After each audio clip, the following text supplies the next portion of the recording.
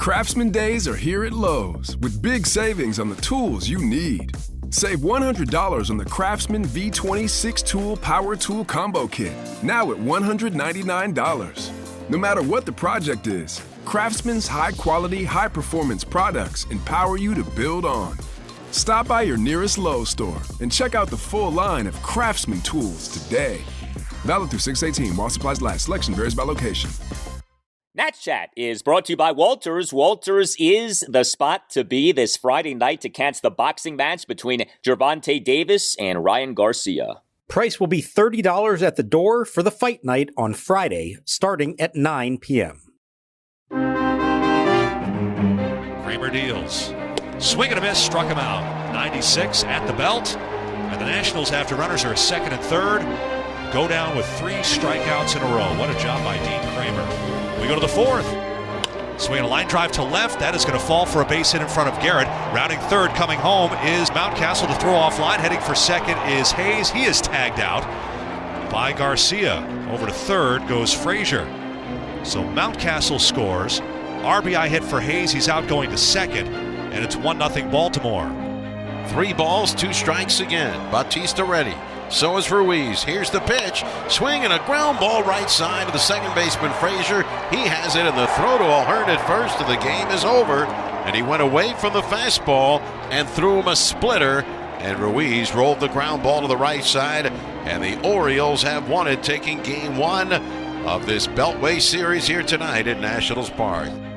And welcome to Nats Chat for Wednesday, April 19th, 2023, along with MASNsports.com Nationals insider Mark Zuckerman, who is at Nationals Park. I'm Al Galdi, host of the Al Galdi podcast. Well, this may not be the last time that I say something like this season, but we on Tuesday night perhaps reached a new low for the Nats' bat offense this season. A 1-0 loss to the Orioles in Game 1 of a 2-game series at Nationals Park. Nats now are 5-12.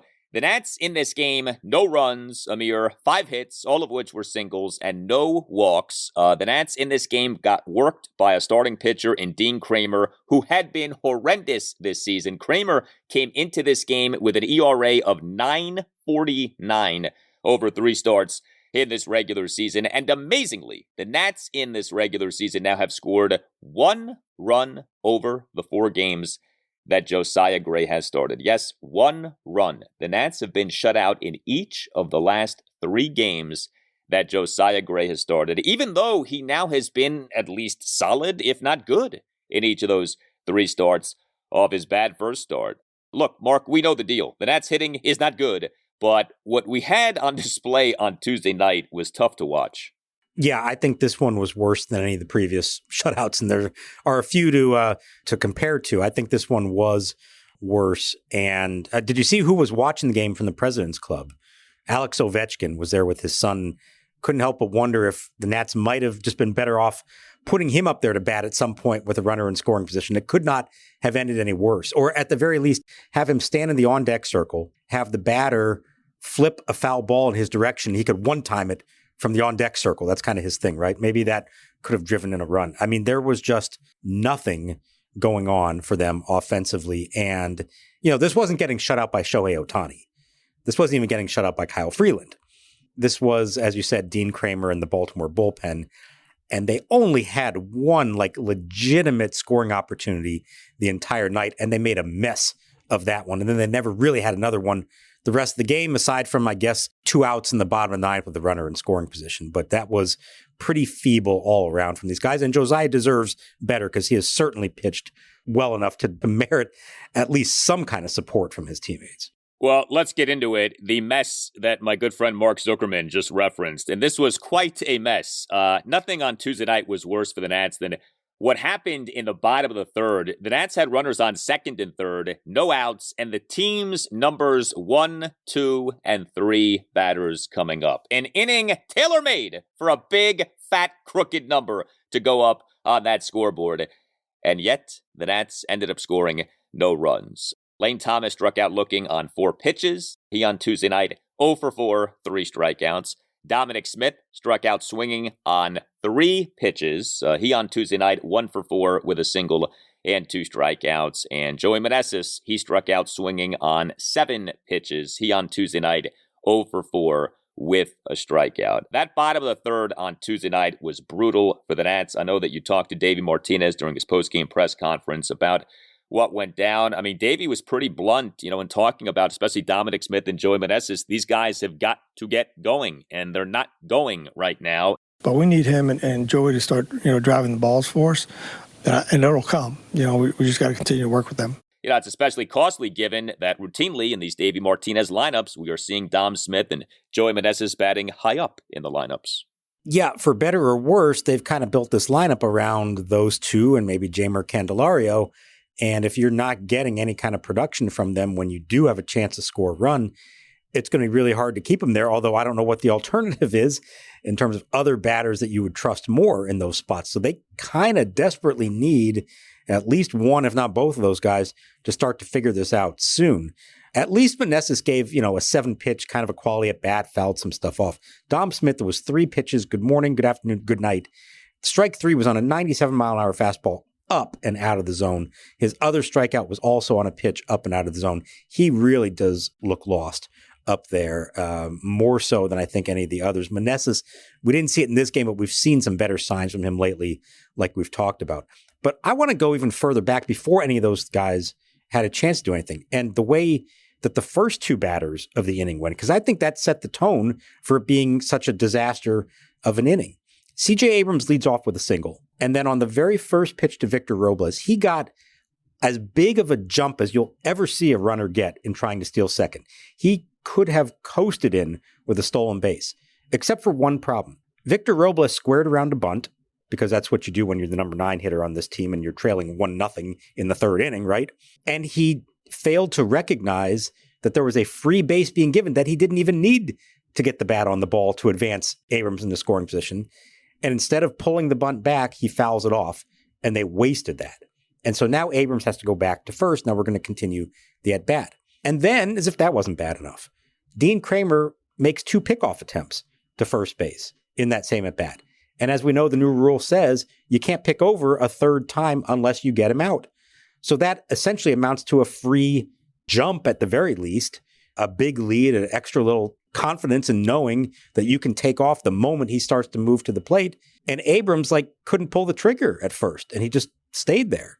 And so all of that, you have Robles fouling off bunts, can't get him down, finally hits a ground ball, and thankfully was bailed out by Gunnar Henderson with a terrible throw that set up the second and third nobody out, and the rest of the guys didn't convert. But if you've got a free stolen base and a man in scoring position with nobody out, and they said, no, thank you, we don't want that, and then could not take advantage of that opportunity, the rest of that at bat, it just set a bad tone for the whole inning. That was such a lack of execution in a number of ways by several people. That was hard to watch. It was bad awareness for sure. These Victor Robles bunts, I mean, he is bunting a lot. Is that him, or is that Davey telling him to bunt? I think it's Davey giving him the green light to do that if he wants to in those spots. I think he kind of leaves it up to Vic. And what that says to me is a couple things. One, it's that Robles doesn't even have enough confidence in himself to make good contact. Or he's just thinking, well, I'm the number 9 hitter and we get a guy on base. It's just my job to bunt him over. Well, if that was the case, you might as well just let the pitcher hit. They got rid of the pitcher hitting specifically so that that would not happen anymore, that it would just be an automatic sacrifice bunt situation. There are times when it makes sense, yes. But in the third inning of a scoreless game, go ahead, swing the bat. What's the worst that's going to happen? Or at the very least, give your really speedy guy on first base a chance to steal second. And now maybe with a guy on second and nobody out, I could say, okay, bunt him over to third and I'll try to get him in. But even then, there's some question about that. I don't like the decision making.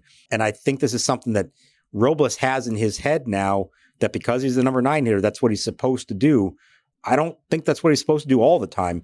Certain situations, yes, but not all the time. Well, then to me, that's on Davey, and he's got to take away that green light for Victor. I mean, Robles, even with the recent downswing, he still has a 373 on base here. He still has done some positive things this season offensively to take the bat out of his hands. It feels like it's almost every plate appearance. He's going up there, showing bunt, at least initially. It really is a bit much. But, with this lineup, it's not a professional major league lineup. I mean, it really isn't. It's a lineup that, if all goes well, can be okay. And we have seen some good games this season. And, as we have said, there will be portions of this season during which the Nats hit all right, maybe even well. But you see a game like Tuesday nights, and it really does slap you across the face. This is, in some ways, it's like a 4A lineup. I mean, it really is. Nobody, for the most part, is hitting here. If I said to you, who is going well? Maybe Jeimer Candelario, you can maybe make that case.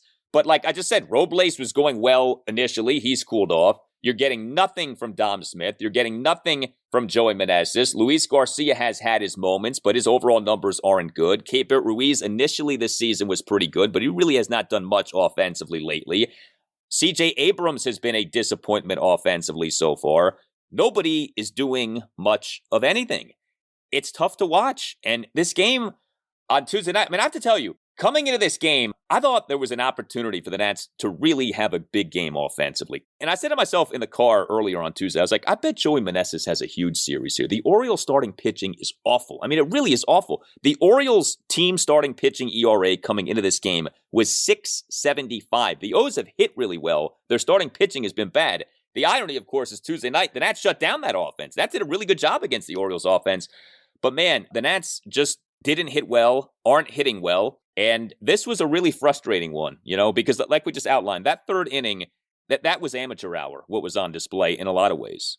Yeah, I think that made this one the most frustrating of them all. And look, we understand this is just not a lineup that's going to score a lot, and it's going to happen on occasion. But in some ways, you'd almost feel better about it if Josiah Gray had been lit up and they lost 5-0, 7-0, something like that.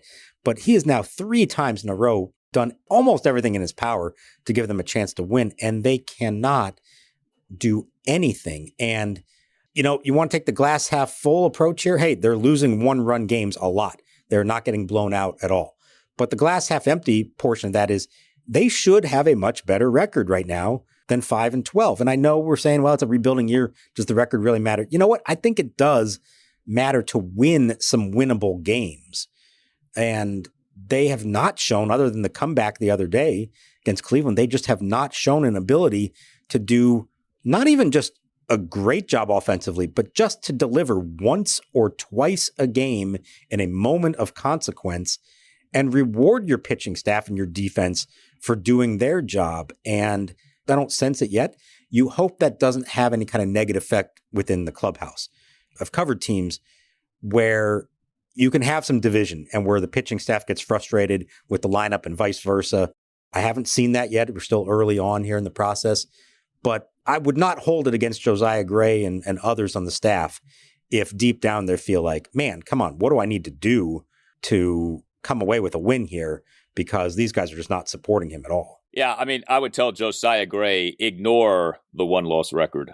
Josiah Gray now is exhibit number, 4,203 of how meaningless pitcher 1-loss records are. He's 0-4. He's got an ERA under 4. He's doing a good job over these last 3 starts. And, truth be told, if you're taking a big picture approach to this Nats season, what mattered the most on Tuesday night was Josiah Gray. And like I said, against an Orioles lineup that has been really good, Josiah Gray overall did a good job. Now, yes, there were some nits to pick, but the bottom line was that the run prevention was there. 1 run in 5 innings. Josiah Gray gave up just 4 hits, 2 doubles and 2 singles, 3 strikeouts. Now, he did issue 4 walks. He did throw a lot of pitches and a lot of balls. 5 innings, 98 pitches, which consisted of just 58 strikes versus 40 balls. But like I said, the run prevention was there. And how about this? So his first start of the regular season, that disastrous outing, the 7-1 loss to the Atlanta Braves at Nationals Park on April 1st, 5 runs, 5 innings, gave up 3 homers, including 2 to the first 2 batters he faced. Since then, 1 home run allowed. And you look at what he's done in these games. 1 run in 6 innings, 6 strikeouts, 2 runs in 5 2/3 innings, and now 1 run in 5 innings. He's not a Cy Young candidate, but he's had a nice run here. That initial start was disturbing for a lot of reasons. He's been good since then. And the home run problem, I don't want to jinx anything, all right? But 1 home run over his last 3 starts, that is awesome considering his home run problem. Yeah, I went into this one thinking, ooh, this could be the night that we start to see that again against that particular Orioles lineup. And there was one ball early. Santander drove one to right center to lead off the second inning that off the bat you thought might have cleared the fence. Maybe the cool air and the wind helped keep it in the park, held it to a double. That was the only one. There were no other close calls, nothing that was really struck all that well by the Orioles lineup. And so that's a big win for Josiah Gray and for the Nationals. And he was not sharp in this game. He was kind of spraying pitches all over the place, especially as the start progressed. His last couple innings, I thought the command was really off. But what he did do was figure out how to get outs and how to minimize damage. And for that, I'll give him some credit. And I think he's coming to realize what his strengths are. We keep talking about, like, who is he as a pitcher? The StatCast had this wrong. It said he only threw 3 cutters and like 47 sliders. He said it was actually a majority of them were cutters. They were just registering wrong. Whatever the case, he stayed away from the four-seam fastball and went to his other stuff, recognizing that that gave him the better chance of success. And we saw a path to how he can have success against what looks like a pretty good hitting lineup. So I liked that part of it. Yeah, he could have been crisper, but sometimes you have to show that when you don't have your best stuff and your command may not be 100% there, that you can still minimize the damage. And that's exactly what he did in this game. Hey guys, it's Al Galdi for Window Nation. Everyone loves a smart investment, especially right now, and there is no better place to put your money right now than in your home. If your home is 20 years old or older, Window Nation has the perfect offer for you. Get 0% financing for 5 years. This is unheard of. 0 interest for 5 years. Plus, Window Nation will give you 2 free windows for every 2 windows that you buy. Protect and increase the value of your home today. Get this special deal. Call 866-90-NATION or visit windownation.com and tell Window Nation that Al Galdi sent you. You can save up to 30% on your energy bills. You can increase the value of your home by up to $12,000, and you can pay 0 interest for 5 years and get 2 free windows for every 2 windows that you buy. And this goes for any style of window from Window Nation. There is no limit. Save thousands of dollars on your new windows and then save thousands of dollars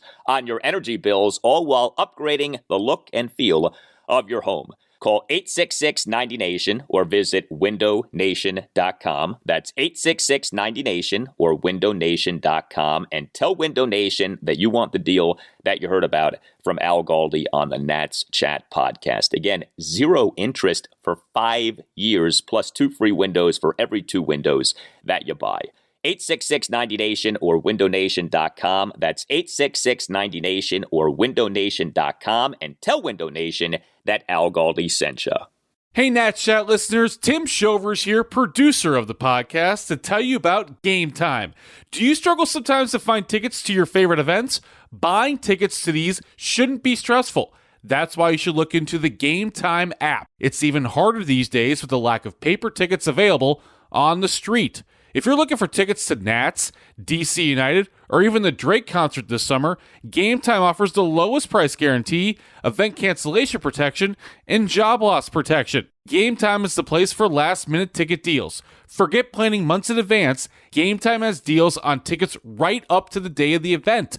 It's the fastest-growing ticketing app in the country for a reason. Get images of your seat before you buy so you know exactly what to expect when you arrive. Snag the tickets without the stress with Game Time. Download the Game Time app, create an account, and use code NATSCHAT for $20 off your first purchase. Terms apply. Again, create an account at gametime.co and redeem code NATSCHAT for $20 off. Download Game Time today. Last minute tickets, lowest price, guaranteed.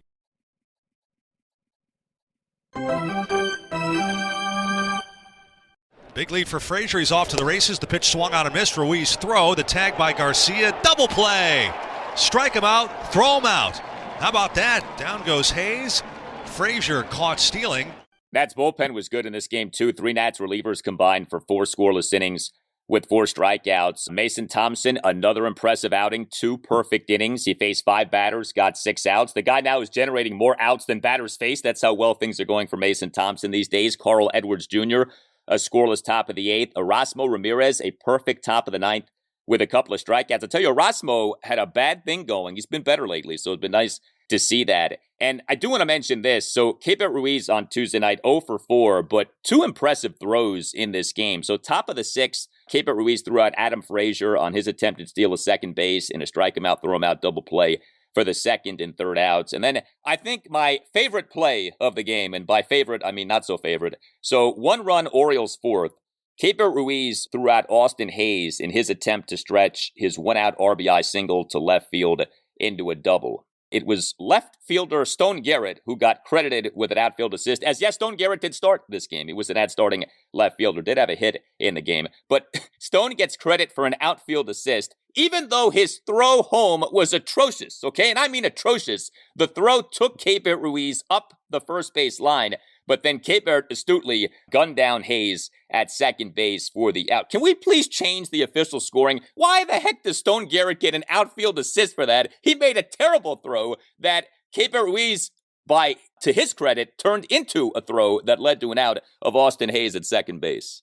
Well, I guess think of it like this. If a quarterback has the ball slip out of his hand and pops up in the air and one of his teammates happens to catch it and run with it, he gets the completion, right? Even though if it was a terrible pass. So maybe think of it in those terms. Out of his hand, I was convinced that ball was going to either hit the backstop or the dugout or even sail over the dugout altogether. Thankfully, it didn't go that far high. It went way down the line, and props to Ruiz for not even thinking there was going to be a chance for a play at the plate, going and getting the ball and making the correct throw to second base to kill that rally. That turned what could have been a really ugly play, and that inning could have gotten a lot worse into actually something positive there. But if you closed your eyes, you would have thought that was Robles making that throw. That's how athletic but way off target it was. Game 2 for the Nats against the O's at Nationals Park Wednesday night at 7:05. Mackenzie Gore will be the Nats starting pitcher. And, regardless of what happens with the Nats offense on Wednesday night, you get 2 good outings from Gray and Gore in this series against this Orioles lineup. That would be nice. So, if nothing else, we can sort of lean on that as the hope for Wednesday evening, that Mackenzie Gore bounces back from what was a disappointing outing in his last start. Well, you can sponsor the Nats Chat podcast. You can email the mastermind of the pod, Tim Shover's natschatpodcast@gmail.com. We this season are accepting sponsors for individual episodes, individual series, so you can get creative with your packaging for how you sponsor the show. We'd love to have you on board. Again, that email address is natschatpodcast@gmail.com. So we have a Juan Soto update. And, we try not to bombard you with everything happening with all of these ex-nationals scattered all around Major League Baseball, okay? I mean, it's depressing enough, seeing these guys doing things for other teams as opposed to the Nats. But if you have been paying attention to Juan Soto with the San Diego Padres, you know that things aren't exactly going swimmingly for Juan Soto. There was an article that came out on Tuesday afternoon from Sports Illustrated senior writer Stephanie Apstein, and the piece essentially was about Juan Soto's struggles with the Padres, his adjustment to life with the Padres. Juan Soto, at the time of the publication of this article, over 70 regular season games with the Padres last season and this season. Batting average of just .218, on-base percentage of .377. That's good, but that's not Juan Soto good. At a slugging percentage of just .383. Now, the Padres last postseason did advance to the NLCS, but again, Soto's time with the Padres so far has not been great. The most notable portion of this story by Stephanie Apstein had to do with the fallout from what came out last July 16th. It was on that day we had the reports that Soto had turned down a 15-year, $440 million contract extension offer from the Nats, who thus became open to trading him and, of course, ended up trading him. Read part of this piece by Apstein, quote, "As he looks back at the period surrounding the trade deadline, his voice goes soft. Those weeks were among the hardest of his baseball career. He was able to lock in on baseball while at the plate, but standing in the outfield, he could not help but hear the jeers. Much worse was the response from people close to him. The news that he had rejected nearly $500 million pitted all the fans, all the Dominicans, even my family against me," he says. He felt completely overwhelmed as he tried to navigate their skepticism. A lot of teammates were like, "We respect your thinking, but that's a lot of money, he says. I'm like, guys, I'm trying to do what's best for me and what's best for my family. And you got to go out there and perform. And you try to perform for guys that doubt you. And that's one of the things I hated. Some of his relatives still do not understand, he says. They have agreed not to bring it up. I wanted to do it with the Nationals, but they just made it public, he says. I didn't like that at all. I hated it. I told them we weren't speaking anymore because they just threw everything out there. If the Padres can keep negotiations private, I can do it anytime. I have no problem with it. Nationals general manager Mike Rizzo did not return a request for comment, but he has previously denied the team leaked the terms of the offer, end quote. There's a lot to take in from just that passage, and there's a lot more to that piece. But I'll give you the first crack here. What did you make of what Soto had to say in that article? Well, I think it's interesting that he is willing to put that out there now. I could certainly sense a lot of that frustration from him, even though he didn't say it so explicitly. Look, I was one of, I think, 3 or 4 reporters that went up to talk to him and get his reaction only a few minutes, maybe a half an hour total, after the initial Ken Rosenthal report came out last summer, saying that the Nationals had offered him the contract. He turned it down, and now they were going to consider trade offers. And you could see, I think I told you that day, like you could see how hurt he was by that, how upset he was by that. He had worked really hard to keep anything having to do with contract negotiations private and not discuss it publicly. And he was really bothered by the fact that it was now out there, and now he had no choice but to address it and for everyone to know what was going on. It feels really bad to see stuff going out like that, because I'm a guy to keep everything on my side, keep everything quiet and try to keep it just Dan and me, but they just take the decision and do whatever they need to do. I'm not going to say I'm surprised at what ultimately we heard from him here. I'm, maybe surprised that he did finally just kind of say that out and out, what we sort of theorized or could read between the lines from him last summer. Would he be doing this if he was hitting 300 with a 450 on base percentage? Maybe not. And that, I think, is going to be the fascinating thing to watch here, is as the spotlight grows even larger on him because of the situation he's in, because of the pressure on the Padres to win big now that they've gone all in with this team, is he going to let that affect his performance in any way and in a negative way? He's always been so good at giving you nothing but professional at-bats day in and day out and performing at the highest possible level. Is any of this going to get to him, and is it going to show up on the field? That'll be very interesting to see, and it would be disappointing, I think, for a lot of Juan Soto fans out there if that did prove to be the case, because then who knows where this ends up going, what kind of offer he gets, whether it's from the Padres or from somebody else in free agency. It's kind of sad to see that this is what it's come to for a guy who not that long ago we're talking about as Ted Williams and worth every penny he could possibly get as an iconic generational player. There's a lot of time left. I mean, I'm not writing Juan Soto off at all, but the path that it's been heading down is not a very good one for him. It's going to be debatable for years whether the Nats should have traded him last season. I still think there's a lot to that circumstance we don't know. I mean, I think it's easy to forget how adamant Mike Rizzo was that the Nats weren't trading Soto and wanted to re-sign Soto. And then this complete 180, which seemingly happened like overnight. We went from we're not trading him to, yeah, we think we're going to have to trade him. And then he was gone. I still feel like there's a lot more to that than we know. I mean, Mike Rizzo last June 1st on the Sports Junkies on 106.7 The Fan, quote, "Are you trading Juan Soto?" We are not trading Juan Soto. We made it clear to his agent and to the player. I understand these journalists have to, they've got to fill a blank sheet of paper every day. It's a good thing to get some attention on a story. But we have every intention of building this team around Juan Soto, and we've spoken to his agent many, many times. Recently sat with him when he was in Washington, D.C., made it clear to him that we are not interested in trading him, and I guess the rest of the world just doesn't believe it. So that's our position.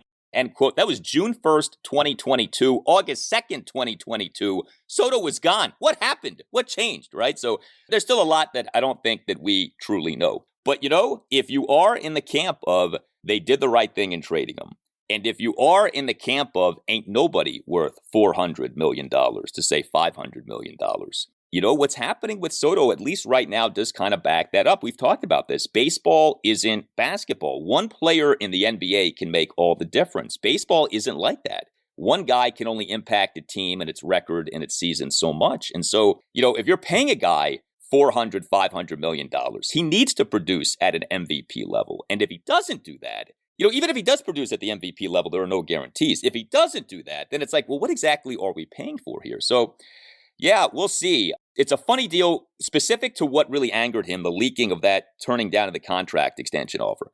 I don't know how you read that situation in any way other than the team in some form leaked that intel, right? Like, you always think about when something gets leaked, who benefits from the leak? Juan Soto didn't benefit from the leak. Unless you think that Scott Boras was orchestrating some like Machiavellian scheme, by which he wanted to sour Soto on the Nats or something like that. Like, it benefited the Nats to put it out there that Juan Soto had rejected a 15-year contract extension. Now, was it Mike Rizzo? Was it the Lerners? Was it somebody else in management? Did someone do it on behalf of the Lerners without Mike Rizzo knowing? Who knows? But it's hard to think. Rizzo denies that he leaked it or that the Nats leaked it. I don't know, man. I don't know how you can think that someone from the Nats side didn't leak that info, because it really only served to help the Nats and not Soto. And you could argue it didn't help the Nats much, because if you understand the economics of baseball, that was not, the great offer people made it out to be, but it obviously was a substantial offer.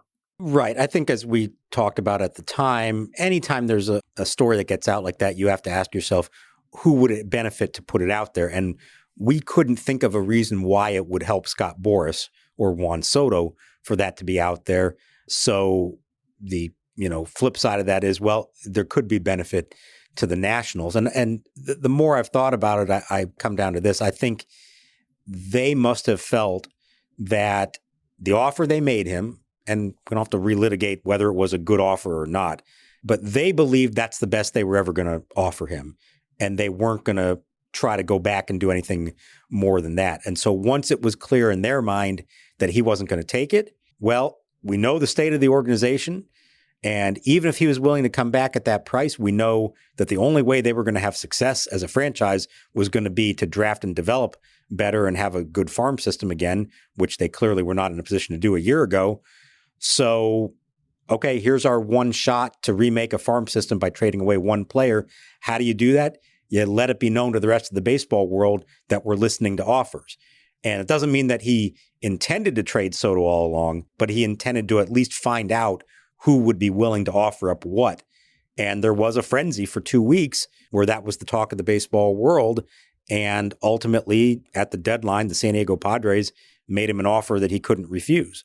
So, yeah, I think whether it's Rizzo or not, ultimately somebody with the Nationals felt like it was in their best interest for the rest of the baseball world to at least know that a trade was possible, and let's see what you can give us for it. Now, again, who knows how this all would have played out otherwise, and there's certainly a case to be made that had he taken that deal, had he taken the offer they presented to him, would the Nationals be in a better position right now? I don't know, because, again, they would still need a whole lot of other players to complement him over the years, and they would not have Mackenzie Gore, C.J. Abrams, Robert Hassel, James Wood, or Harleen Susana. They would have to make do with whatever else they had and figure out another way to build a roster at a time that you have an ownership group that's not spending money on free agents. So they weren't going to go that route either. Yeah. I think what's angering is that they were in that position with the farm system to begin with. Like, if they had done a better job of drafting and player development, maybe they could have had the cake and eaten it too. Maybe they could have kept Soto and had the young players on the rise and not had to do something like trade away a potential face of the franchise. So, yeah, I have a feeling we'll have this conversation in some form again, but it is instructive. Soto is not killing it for San Diego, for all of the angst that you constantly get from, Nationals fans and Nationals followers of, oh, this guy isn't here, oh, that guy isn't here. Soto, Anthony Rendon. I mean, it's not like everyone is killing it. Max Scherzer is dealing with injury with the New York Mets. It's not like everything has gone smoothly for all these guys since they've left the Nats. Yeah, you're correct. I want to bring up one other comparison, though, because I feel like that first year or two, we had some similar thoughts about Bryce Harper when he left and the circumstances of that, and was he really worth it or not, and things didn't go so well in Philly and the team wasn't winning. Well, give these things some time. The truly great players eventually, as long as they're not hurt, they usually live up to what they're supposed to be.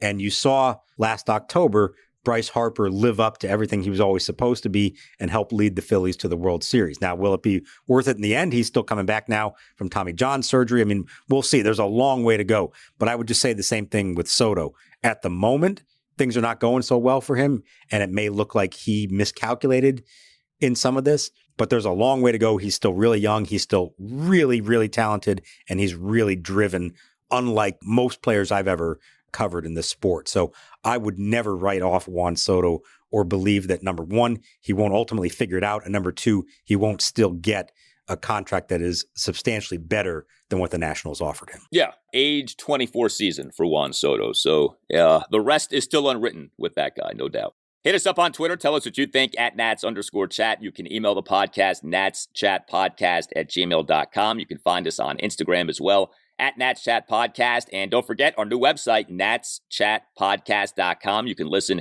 to previous episodes. You can order a great Nats Chat Podcast t-shirt as well. All Nationals radio highlights on Nats Chat are courtesy of 106.7 The Fan. Thank you to Tim Newmark for the Nats Chat Podcast music. Visit timnewmark.com. For Mark Zuckerman, I'm Al Galdi. We thank you for listening, and we'll talk to you next time on the Nats Chat Podcast. 20-year-old Juan Soto in a spot to be a game changer here. He'll turn 21 on the 25th of October, completing his second year in the big leagues. Bases loaded, 1 ball, 1 strike. Hader the set, the kick, here it comes. Swing and a line drive, base hit right field. Taylor scores from third. Stevenson around third. The ball missed in right field. Rounding third, coming home is Rendon. He will score, but now caught in a rundown is Soto. He will be tagged out by Moustakas, but that's the third out. 3 runs, score on the play. A base hit to drive in 2 runs. An error on the right fielder, Grisham, allows the go-ahead run to score. And the Nationals are in front. It's Washington 4, Milwaukee 3. And they are 3 outs away from going to Los Angeles as Daniel Hudson's coming in to try and close it out. This play's going bonkers. Grisham overran the ball, and the error allows the Nationals to go for the